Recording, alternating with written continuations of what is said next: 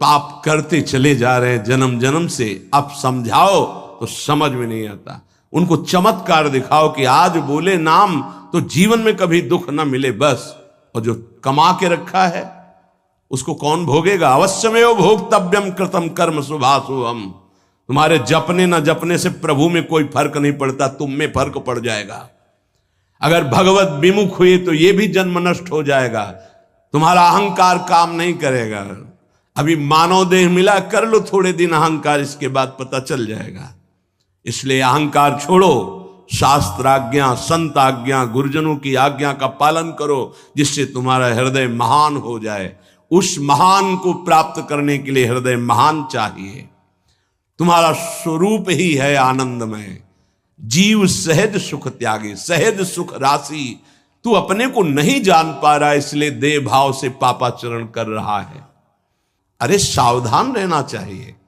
दूसरे की निंदा सुनने मात्र से उसके सारे पाप हमारे ऊपर आ जाते हैं। कहीं परनिंदा हो रही हो तो वहां का सिद्धांत है, कान में अंगुली डाले, राधा राधा, कान में इसलिए कि अब दोबारा शब्द ना पढ़ पावे, और वहां से खड़ा होकर चला जाए। यदि सभा में किसी की निंदा हो रही है और वहां आप बैठे हैं तो आपको वैसे ही अपराध लगेगा जैसी वो निंदा कर रहा है, या उसका विरोध करे। जैसे शिशुपाल श्री भगवान के लिए मलिन शब्द उच्चारण कर रहा था, भीष्म जी खड़े हो गए, महाभागवत है, अगर प्रभु के प्रति अब एक भी शब्द बोला तो भगवान ने कहा शांत हो जाओ, तुम शांत हो जाओ, तुम मत बोलो। कुछ राजा शिशुपाल के पक्ष के थे, आवेश में भीष्म जी आ गए। अगर श्री कृष्ण को कोई एक शब्द भी बोले, मेरे आराध्य देव, पूरी सभा के ऊपर पैर रखता हूं। अर्थात हर वीर को ये मैं कह रहा हूं कि अगर श्री कृष्ण के विपक्ष में कोई बोला तो मैं रौंद दूंगा। केवल मैं भक्त ही नहीं हूं, मैं महाबली हूं। त्रिभुवन में कोई ऐसा जोड़ नहीं जो भीष्म अपने स्वरूप में आ जाए। और फिर उसे वही भीष्म जी जब अधर्म के पक्ष में खड़े हो गए, पांडवों के विपक्ष में, वही भगवान पांडवों के पक्ष में तो दंड मिला, 6 महीना बाणों की शैया पर पड़े रहे। अधर्म के कारण परास्त हुए ने। ऐसे महावीर महाभागवत को कोई परास्त कर सके असंभव। परम पावन गंगा जी के गर्भ में रहे, जिन गंगा जी का एक बूंद भी अगर शरीर छूटते समय चला जाए तो परम पद मिलता है, उनके गर्भ में रहे। अगर अधर्म का पक्ष ले लिया गया, अधर्म हो रहा है, सभा में बैठे हैं, तो उसी समय तेज नष्ट हो जाएगा, पुण्य नष्ट हो जाएगा, पाप का भागी बनेगा। जैसे भीष्म जैसे महापुरुष को भी बनना पड़ा। सभा में उधर ही बैठे और वहीं ही महाभागवतों की निंदा और अपमान हो रहा है। खड़े होकर चले जाना चाहिए, जैसे विदुर जी खड़े हुए और छोड़ दिया, आज के बाद तेरा अन्न नहीं पाएंगे दुर्योधन, इस सभा में नहीं आएंगे। जिस सभा में धर्मात्माओं की निंदा हो, उस सभा का त्याग कर दे। एकांत फूस की झोपड़ी बनाकर रहना पसंद, भिक्षा मांग के खाना पसंद, अधर्मियों का अन्न नहीं, अधर्म सभा का सेवन नहीं। तो भगवान विदुरानी जी के घर गए थे। पर निंदा सुन श्रवण मलिन, बचाना चाहिए श्रवणेंद्रिय को। जहां किसी की निंदा हो, अब तो शौक है इस बात का, निंदा करने का और सुनने का एक व्यसन है। अपने को बड़ा अच्छा साधक मान लेना, दूसरे को हे मानकर उनकी निंदा करना, ये क्या कर रहे हो? अपने जीवन को गर्त में गिरा रहे हो। पर निंदा के ते आवत नहीं कछु हाथ, मूर्ख पर्वत पाप को ले चल अपने साथ। बचन दोष पर गाए, दूसरों की विषय की चर्चा करने का समय कैसे मिलता है लोगों को? नाम जप करो, अपने विषय में सोचो, तुम्हारा मंगल कैसे होगा, तुम निष्पाप कैसे होगे, तुम्हारे दुखों की निवृत्ति कैसे होगी, तुम अपने कर्तव्य का पालन कैसे करोगे, तुम्हारा धर्म क्या है, इस विषय में सोचो। दूसरों के विषय में बोलने की हमारे पास समय वृत्ति कैसे है? ना तो वृत्ति होनी चाहिए ना समय। पर निंदा सुनकर श्रवणेंद्रिय मलिन हो गई, और पर निंदा करके वचन मलिन हो गए और अपने प्रभु से विमुख होकर, हरि से विमुख होकर सब अपवित्र हो गया। शरीर अपवित्र, इंद्रियां अपवित्र, हृदय अपवित्र, स्वभाव अपवित्र। तुलसीदास व्रत दान ज्ञान तप शुद्धि हेतु श्रुति गावे, राम चरण अनुराग नीर बिनु मल अति नाश न पावे। खास बात कह रहे हैं, शास्त्रों में बहुत वर्णन है। पाप नाश के बहुत से उपाय हैं, बड़े बड़े व्रत, कृच्छ चंद्रायण आदि व्रत, उपवास करने से कुछ पाप क्षीण होते हैं, लेकिन पाप प्रवृत्ति का नाश नहीं होता। शास्त्र ज्ञान भी पाप निवृत्ति का उपाय है, तपस्या भी, बड़े उपाय शास्त्रों में वर्णन की। पाप नष्ट का गोस्वामी जी कह रहे, भगवान के अनुराग के बिना, भगवत प्रेम के बिना जड़ मूल से हृदय निष्पाप नहीं होता। पाप की जड़ है प्रवृत्ति, वासना, कामना, तृष्णा, स्पृहा। इनका जड़ से नाश हो जाता है जब हृदय प्रेम से द्रवित हो। अपनापन जब प्रभु से होता है, मेरे प्रभु, जहां हृदय में द्रवण क्रिया हुई, आंखों में अश्रु बहे, वो जो पवित्रता होती है, मम भक्ति युक्तो भुवनम पुनात, लोगों को पावन करने की सामर्थ्य उसमें आ जाती है। ये अनुराग प्राप्त करने के लिए मानव देह मिला है, हरि अनुराग। प्रेम प्राप्त करने, कहां प्रेम लग, जरा सी बात हमारे प्रतिकूल हो, हमारी गुरु निष्ठा, भगवान निष्ठा, पता नहीं कहां माया किस कोने में कर देती है कि उस समय में हम केवल उस सामने अनुकूलता को देखते हैं, प्रभु को नहीं देखते, प्रभु के विधान को नहीं देखते। ये नहीं समझ पाते कि हमारे सामने प्रश्न उपस्थित हुआ है, अब हमें अपनी इष्ट निष्ठा, गुरु निष्ठा को परिपक्व रखना है। साधन में उन्नति अपना पुरुषार्थ और गुरुदेव की कृपा, भगवत कृपा दोनों चाहिए। अगर पुरुषार्थ नहीं करोगे तो कृपा है उसका स्वाद नहीं ले पाओगे। कृपा रसोई बना करके सामने रख देना थाल, पुरुषार्थ उसे पाना। पूज्यपाद श्री उड़िया बाबा जी महाराज कहते, साधक का प्रयास और भगवान गुरुदेव की कृपा, ये दोनों सिद्धावस्था की प्राप्ति में अत्यंत आवश्यक हैं। कायर बन के हाथ पे हाथ रख के बैठ जाए कि वो कृपा से सब हो जाएगा, ये कायरता कृपा नहीं सिखाती, ये कायरता है। पुरुषार्थ जितना हम में अध्यात्म बल है उसके अनुसार हम चल रहे, बकाया सब कृपा से हो जाएगा, पक्का हो जाएगा। मन क्रम वचन छाड़ी चतुराई और भजत कृपा करी है रघुराई। मन से, वचन से, कर्म से ये चतुरता छोड़ो, अब सब कृपा से हो जाएगा। तो तुम प्रमाद करो और तुम्हारे ऊपर कृपा का प्रभाव जागृत हो जाए, ऐसा कभी नहीं देखा गया। जितना आप में सामर्थ्य मिली उसको लगाओ, शेष चिंता मत करो, कृपा पूरी कर देगी, पर आपको लगना होगा। साधक का पुरुषार्थ, निज चेष्टा और भगवत गुरु कृपा, ये सिद्धावस्था को प्राप्त कराती है। साधक का पुरुषार्थ अगर नहीं लगेगा तो विपरीत दिशा में चला जाएगा, असाधन बनने लगेगा। उपासक गुरु को कभी मनुष्य न समझे, भगवत विग्रह को कभी धातु का न देखे कि पत्थर की मूर्ति है कि अष्ट धातु की है कि ये काहे, ऐसा कभी प्रश्न न करे। इष्ट देव का अवतार होता है अर्चा विग्रह रूप में, अर्चावतार। दो प्रकार से प्राण प्रतिष्ठा होती है, एक होती मंत्रों के द्वारा और एक होती भाव के द्वारा।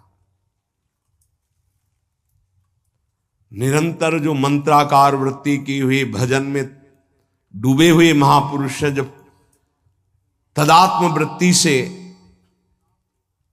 श्री विग्रह की तरफ देख ले, उसी समय हलचल पैदा हो जाएगी। प्राण प्रतिष्ठा हो गई, छाती से लगा लिया, प्राण प्रतिष्ठा हो गई। मंत्रों का एक अनुष्ठान वैदिक सिद्धांत से और एक है भाव सिद्धांत। धन्ना जाट के भांग के बट्टा में कोई प्राण प्रतिष्ठा मंत्र से नहीं हुई, भाव से भगवान प्रकट हो गए थे। सिलपिल्ले बाई के भाव से भगवान प्रकट।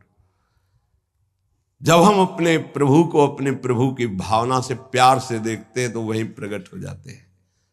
जैसे खंभा फोड़कर नरसिंह भगवान प्रकट हो गए प्रहलाद जी के लिए, भाव से देखा नामदेव जी ने तो कुत्ते से भगवान प्रकट हो गए, भाव से देखा भूत से भगवान प्रकट हो गए। तो फिर श्री विग्रह में भगवान नहीं प्रकट हो जाएंगे जब भक्त भाव से देखेगा। और भाव ना हो तो भगवान में भी भगवान नहीं दिखते। दुर्योधन को कहां दिखते थे? दुर्योधन दुशासन इनको नहीं दिखते थे, भगवान में भी भगवान नहीं दिखते। गुरु को मनुष्य समझना, भगवद विग्रह को धातु या पाषाण का समझना, गुरु मंत्र को साधारण शब्द समझना, चरणोदक को सामान्य जल मानना, भगवत प्रसाद को भोजन मानना, अन्न मानना, साधु की जाति पर दृष्टि रखना, ये उपासक को सावधानी पूर्वक त्याग कर देना चाहिए। ये उपासना के बड़े विघ्न हैं। यदि ऐसा भाव बना रहेगा तो उपासना सिद्ध नहीं होगी। कभी कभी चूक हो जाती है। प्रसाद में अन्न या फल दृष्टि नहीं रखी जाती, सिर्फ प्रसाद। और वैष्णव पद्धति है, प्रसाद का किनका मुख में अगर डाल लिया जाए तो कोई भी व्रत भंग नहीं होता, चाहे निर्जला ही क्यों न हो। भगवत प्रसाद में ये भाव नहीं रखा जाता कि ये अन्न है या अमुक वस्तु है, नहीं। प्रसाद में यदि भोजन अन्न वस्तु, आज अन्न है तो कल प्रसाद कैसे हो जाएगा? प्रसाद तो सिर्फ प्रसाद है और उसका किनका डालने से हर व्रत की पूर्णता होती है। चरणामृत, जैसे जो लोग नहीं जानते, वो जब बटता है तो बोले थोड़ा जल हमको भी दे दीजिए। जल नहीं है, चरणामृत है। चरणामृत को जल समझना, प्रभु के सामने जाकर के पूछना ये मूर्ति काहे की है? पत्थर की है, संगमरमर की है, ये धातु की है, बड़ा अपराध कर रहे हो। ऐसा कभी प्रभु के श्री विग्रह के सामने नहीं। ये संत किस जाति के हैं? ऐसा कभी नहीं। गुरुदेव साक्षात परब्रह्म तस्मै श्री गुरुवे, ऐसा भाव कहाँ हो पाता है? परब्रह्म परमात्मा भाव गुरुदेव पर हो पाना है तो बड़ी मुश्किल की बात है। यहां तो साधु भाव ही हो जाए बहुत बड़ी बात है कि ये संत है। पूर्ण मनुष्य बुद्धि बनी रहती है। इसीलिए हमको अपने गुरुदेव में आराध्य देव नहीं दिखाते, नहीं तो गुरुदेव अपने स्वरूप को ही तो दिखाने के लिए विराजमान है। इसमें शिष्य के नेत्र की बात है। गुरुदेव तो कृपाल हुए हैं। जब हरिव्यास देवाचार्य जी अपने गुरुदेव के पास आए तो जब शिष्यत्व की बात की तो उन्होंने कहा तुम्हें कुछ दिखाई दे रहा है? बोले नहीं, जाओ 12 वर्ष गिरिराज जी की परिक्रमा। फिर आए, राधे राधे। अब कुछ दिखाई दे रहा है? बोले नहीं, फिर जाओ 12 वर्ष। 24 वर्ष राधा राधा रटते हुए गिरिराज जी की परिक्रमा लगाई। जब आए बोले अब दिखाई दे रहे? बोले हाँ, आपकी गोद में प्रिया प्रीतम विराजमान है। ये अब दृष्टि आई। गुरु को मनुष्य मानना, प्रायः मनुष्य ही मानते हैं। हमें लगता है कि 1000 में कोई 1-2 ऐसे होंगे जो ये भाव हो कि गुरुदेव हमारे ब्रह्म हैं। छवि या मूर्ति विराजमान करके तो पूजा सब करेंगे, लेकिन मनुष्य बुद्धि या बहुत बहुत संत बुद्धि, उसमें भी प्रश्नवाचक चिन्ह। साक्षात पर ब्रह्म कहने को तो सामने जाके बोलेंगे गुरुर ब्रह्मा गुरुर विष्णु गुरुर्देव महेश्वरः गुरु साक्षात पर ब्रह्म तस्मै श्री गुरुवे नमः। विचार करो, इसमें से एक भी माना है तुमने? गुरु को ब्रह्मा माना है या हरि माना है या शिव माना है या साक्षात परब्रह्म माना है, बड़ा मुश्किल है। केवल कह देना अलग, बोले होना भी तो चाहिए साक्षात परब्रह्म। केवल बातों से कोई परब्रह्म थोड़ी हो जाता है। तो पाषाण में परब्रह्म था क्या? वो तो अव्यक्त था, तुम्हारे भाव से व्यक्त हुआ ना। तुमने परब्रह्म की भावना की तो मुस्कुराता हुआ ब्रह्म प्रकट हो गया। तो गुरुदेव तो चैतन्य ब्रह्म है। आपकी भावना यदि हो जाए, कुत्ते से विट्ठल भगवान प्रकट किए, तो भावना ही तो की कि प्रभु प्रभु सूखी मत खाओ, थोड़ा घी रोटी मिला, नाथ आपके लिए ही तो है। तो ऐसे देखो साक्षात विट्ठल भगवान गुरुदेव में, प्रभु आपका सर्वस्व, आपका प्राण मन तन सब, मैं आपकी ही तो उपासना कर रहा हूं, मुझे और कोई भगवान नहीं चाहिए। बस आपका साक्षात्कार हो, आप प्रसन्न हो जाएं, आपकी अधीनता। ऐसा कहां? ऐसा होगा तो भाव बदल जाएगा। गुरुदेव के प्रति परब्रह्म भाव हो जाए तो साधक को कुछ करना नहीं पड़ेगा, अपने आप उसके अंदर समस्त दैवी संपदा प्रकाशित हो जाएगी। परब्रह्म भाव होना बहुत कठिन है। गुरुदेव के प्रति परब्रह्म भाव हो गया तो उस भाव की सिद्धि होगी, चराचर जगत में परब्रह्म भाव हो जाएगा। क्योंकि गुरुदेव अखंड मंडलाकारम व्याप्तम चराचरम, तो चराचर में परब्रह्म भाव होते ही वो जीवन मुक्त हो जाएगा। बहुत कठिन बात है। इसलिए उपासक इस भाव को सिद्ध करे। गुरुदेव साक्षात परब्रह्म, भगवद विग्रह, साक्षात मेरे इष्ट देव, चरणोदक, अहो भाग्य जो हमें चरणामृत पीने को मिल रहा है, कोई जल नहीं, और गुरुदेव का मंत्र, ये कोई शब्द नहीं है। साक्षात इष्ट देव मिल गए, मुझे मंत्र मिल गया तो। पर ऐसी बुद्धि कहां है? पड़ा है एक कोने में हृदय में मंत्र, उसका बार बार स्मरण नहीं, बार बार दुलार प्यार नहीं मंत्र का। आप देखो मंत्र को कितना प्यार करते हैं आप। मंत्र का प्यार है बार बार स्मरण करना, दुलार करना, तो उसी का जागरण होगा। तो वही प्रिया प्रीतम निकुंज सब उसी में छुपा है। ये जो मंत्र है ना, इसमें सब कुछ छुपा है। मंत्र की ही व्याख्या चतुरासी जी है, निज मंत्र की व्याख्या चतुरासी जी है। चतुरासी जी की व्याख्या 42 लीला और वृंदावन दास चाचा जितने भी पद गाए सब चतुरासी जी की व्याख्या है, और 84 जी निज मंत्र की व्याख्या है। ये अंदर की बात समझ। मंत्र मिला मतलब पूरे निकुंज की चाबी मिल गई। बीज मंत्र इसी को कहे, इसी से पूरा निकुंज रूपी वृक्ष प्रकाशित हो जाएगा। इष्ट देव में, गुरुदेव में जितना तुम्हारे भाव की कमी रहेगी उतना ही उपासना असफल रहेगी। जब अपने इष्ट देव के पास कोई जाता है, जैसे यहां से कोई बोले कि बरसाने जाए, हे सुनो श्री जी को हमारी भी दंडवत कर, अहो भाग्य आपके कि आप श्री जी के दर्शन करने जा रहे, हमारी दंडवत कह देना, हमारी स्मृति, हमारी भी अर्जी लगा देना। कोई आपका है, ईर्ष्या तो नहीं होगी ना, द्वेष तो नहीं होगा, उसके प्रति जलन का भाव तो नहीं होगा कि तो श्री जी के दर्शन के लिए जा रहा है। ऐसे यदि हमें गुरुदेव से प्रेम है और हमें दिखाई दे रहा कि गुरुदेव इनको ज्यादा प्यार कर रहे हैं, तो हमारा उससे ज्यादा प्यार हो जाएगा। आपके हो भाग्य, कभी हमारी भी स्मृति दिला देना, गुरुदेव को ये प्रदान कर देना। गुरुदेव, उसके अंदर द्वेष तो नहीं आएगा, जलन तो नहीं आएगी। जब मनुष्य बुद्धि होगी तब जलन होने लगेगी, तब ईर्ष्या जागृत हो जाएगी। नापना चाहिए अपने हृदय में कि गुरुदेव के प्रति मनुष्य बुद्धि का लक्षण है, साधु बुद्धि का लक्षण है, या साक्षात परब्रह्म का लक्षण है। इतनी गोपी जन थी, क्या किसी को किसी के प्रति ईर्ष्या थी क्या? एक साथ बैठकर सब कात्यायनी की उपासना, एक साथ यमुना स्नान, एक साथ अनुष्ठान श्री कृष्ण को प्रीतम रूप में प्राप्त करने का। ऐसे सहस्त्रों उपासक, सही पूछो तो इतना भी अंतर नहीं, सबके प्रति प्रभु का समान प्यार है, गुरुदेव का, प्रभु का। पर जो जितना प्रभु मानेगा, जितना अपनापन करेगा, वो दूर रहकर भी अनुभव करेगा कि गुरुदेव का, इष्ट देव का हमारे प्रति सबसे अधिक प्यार है। यह सबको अनुभव होगा।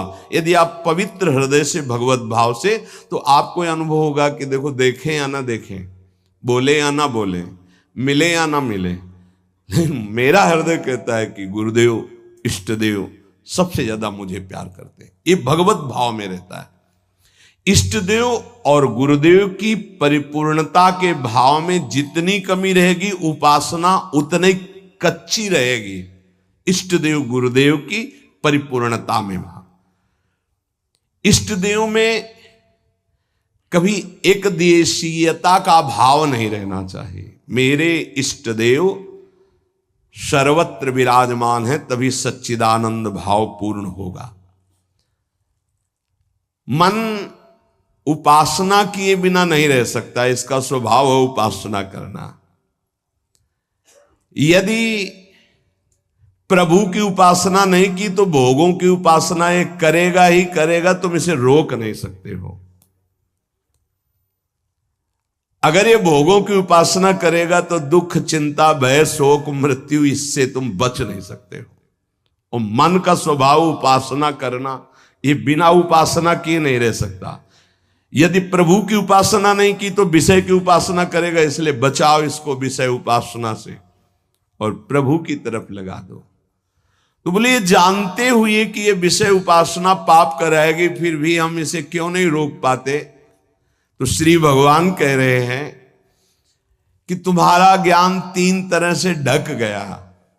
पहला, अग्नि में जैसे धुआं पर अग्नि है, अर्थात ज्ञान है, पर धुआं हट जाए तो सही ज्ञान दिखाई दे, ऐसे पहली स्थिति उपासक की विषय उपासना की तरफ, काम वासना की तरफ जब होती है, उस समय एकदम वो ज्ञान जागृत करने के लिए सत्संग आदि का सहयोग तो बच जाएगा। नहीं, दूसरी आती दर्पण में मल की तरह, अब उसमें बड़ा प्रयास करने पर। तीसरी आती है जेर में ढका हुआ गर्भ, अब उसमें समझ में ही नहीं आता कि क्या ठीक है क्या नहीं ठीक है, जो वासना आई वैसी क्रिया हो गई। आवृतम ज्ञान में तेनो ज्ञानिनो नित्य वैरिणा काम रूपेण कौन्तेय दुष्पूरेणानलेन च। हे कुंती नंदन, ये काम अग्नि है, ये कभी तृप्त होने वाला नहीं है। जैसे अग्नि में धीरे धीरे घी डालो तो भड़केगी, वो शांत नहीं होगी। ये ज्ञानियों का बहुत बड़ा दुश्मन है, तो अज्ञानियों का मित्र है। काम से ही तो सुख का अनुभव करते हैं। संसार में शास्त्रों की संख्या में केवल काम सुख के लिए ही सारा चिंतन है। देख लो, हमें पढ़ना लिखना है, खूब रुपया कमाना है, अपनी कामनाओं की पूर्ति करनी। काम का सीधा तात्पर्य केवल एक ही इंद्रिय से नहीं, सर्वेंद्रियों के भोग से है। अगर ये दुश्मन है तो किनका है? जो इस संसार रूपी महान दुखालय से मुक्त होना चाहते हैं। वैसे है तो दुश्मन उनका भी, क्योंकि दुख, शोक, चिंता, भय, पाप आचरण कराता है, पर वो मित्र मानते हैं, इसी से वो सुखी होना चाहते हैं। ज्ञानिनो नित्य बैरिणा, ज्ञानियों का ये दुश्मन है। तो कोई ऐसा न समझ ले कि ज्ञानियों को भी काम परास्त करता है क्या? तो यहां ज्ञानी शब्द शास्त्र ज्ञानी से, ब्रह्मबोध से नहीं है। ब्रह्मबोध संपन्न महापुरुष के हृदय में नहीं। स्वात्मा रामम विषय मृग तृष्णाम भ्रमयति, भ्रम पैदा ही नहीं कर सकती माया। जहां आता है जो ज्ञानिन कर चिता परई बरियाई विमोह बस करई, वो शास्त्र ज्ञानी, ब्रह्मबोध संपन्न महापुरुष नहीं। वहां गुंजाइश ही नहीं है। जैसे भगवत प्रेमी महात्मा नहीं। अभी वैदिक भक्ति, गौड़ी भक्ति तक हो सकता है, लेकिन अनुराग, जहां अनुरागात्मिका भक्ति जागृत हुई, प्रेम लक्षणा भक्ति, वहां प्रवेश नहीं किसी विकार का। ऐसे ही शास्त्र ज्ञान साधना तक हो सकता है काम का प्रभाव, लेकिन ब्रह्मबोध संपन्न महापुरुष के हृदय में नहीं। ऊसर बरसई तृण नहीं जामा, संत हृदय जिम उपज न कामा। भगवान कह रहे हैं दुष्पूरेणा नलेन च, ये कभी पूर्णता नहीं होती काम में। अग्नि में घी की आहुति सुहाती सुहाती डाली जाए तो कभी वो बुझेगी नहीं, बढ़ती चली जाएगी। ऐसे ही कुछ लोग सिद्धांत कहते हैं भोग से योग। भाई शास्त्र तो आज्ञा नहीं करता ऐसा। न जातु कामः कामानाम उपभोगेन साम्यति हविषा कृष्ण वर्तमेव भूय एवाभिवर्धते। कभी काम भोग से कामनाओं की शांति नहीं होती और बढ़ती है जैसे आग में घी डालने से। कलयुग है, बड़े सिद्धांत चलेंगे। कलयुग में शास्त्र विरुद्ध आचरणों की बाढ़ आ जाएगी। शास्त्र सम्मत चलो, परिपक्व अवस्था आएगी तो सिद्ध हो जाओगे।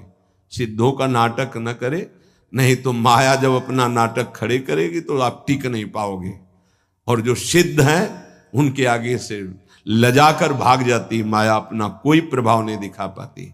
नाटक मत करो, ईश्वर की माया बड़ी प्रबल है, डरते रहो। जब परिपक्व अवस्था आ जाएगी तो भ्रम ही खत्म हो जाएगा। आजकल नए नए सिद्धांत बनाए जाते, नई नई बातें प्रकट की जाती हैं। ये समझ में नहीं आता कि शास्त्र सम्मत आचरण करने वाला महापुरुष ही सिद्ध होता है, शास्त्र विरुद्ध आचरण करने वाला नहीं। जिस समय माया ये देखेगी कि तुम मायापति के भी ऊपर सिद्ध हो गए हो, फिर वो जब प्रश्नवाचक चिन्ह खड़ा करेगी तो फिर नहीं निकल पाओगे। यहां बड़े बड़े झुक के निकले हैं, कोई भी हो। इसलिए हर उपासक से प्रार्थना है कि दंभ नाटक पाखंड न किया जाए। धैर्य पूर्वक चलोगे तो सिद्ध हो जाओगे। तुम्हारा जन्म ही हुआ है सिद्ध होने के लिए। कभी भोगों से योग की प्राप्ति नहीं होती। जगत गुरु भगवान श्री कृष्ण से बढ़कर कोई ज्ञानी नहीं है। त्यागात शांतिरनंतरम भगवान के शब्द हैं, और ये भी भगवान के शब्द हैं। और लोगों का मन यही चाहता है कि कोई ऐसा मार्ग मिले जिससे मनमानी भोग भोगने को मिले और योग भी हो जाए। फिर क्या है, फिर तो भीड़ वही लगेगी जहां भोग से योग है। भोग त्याग से योग, उसमें तो कोई बिरला। कोई एक पाव भगत जी में मोरी। आज शास्त्र की मर्यादा को ही नहीं समझा जाता है। जो जितना मन, फिर अंत में बड़ी दुर्गति होती है। मनमानी आचरण करने वाले की अंत में बड़ी दुर्गति होती है। इसलिए सावधान, तस्मात् शास्त्रम प्रमाण। आज तक ऐसा कोई सिद्ध महापुरुष नहीं हुआ जो शास्त्र मर्यादा के विपरीत आचरण सिद्ध होके करता हो।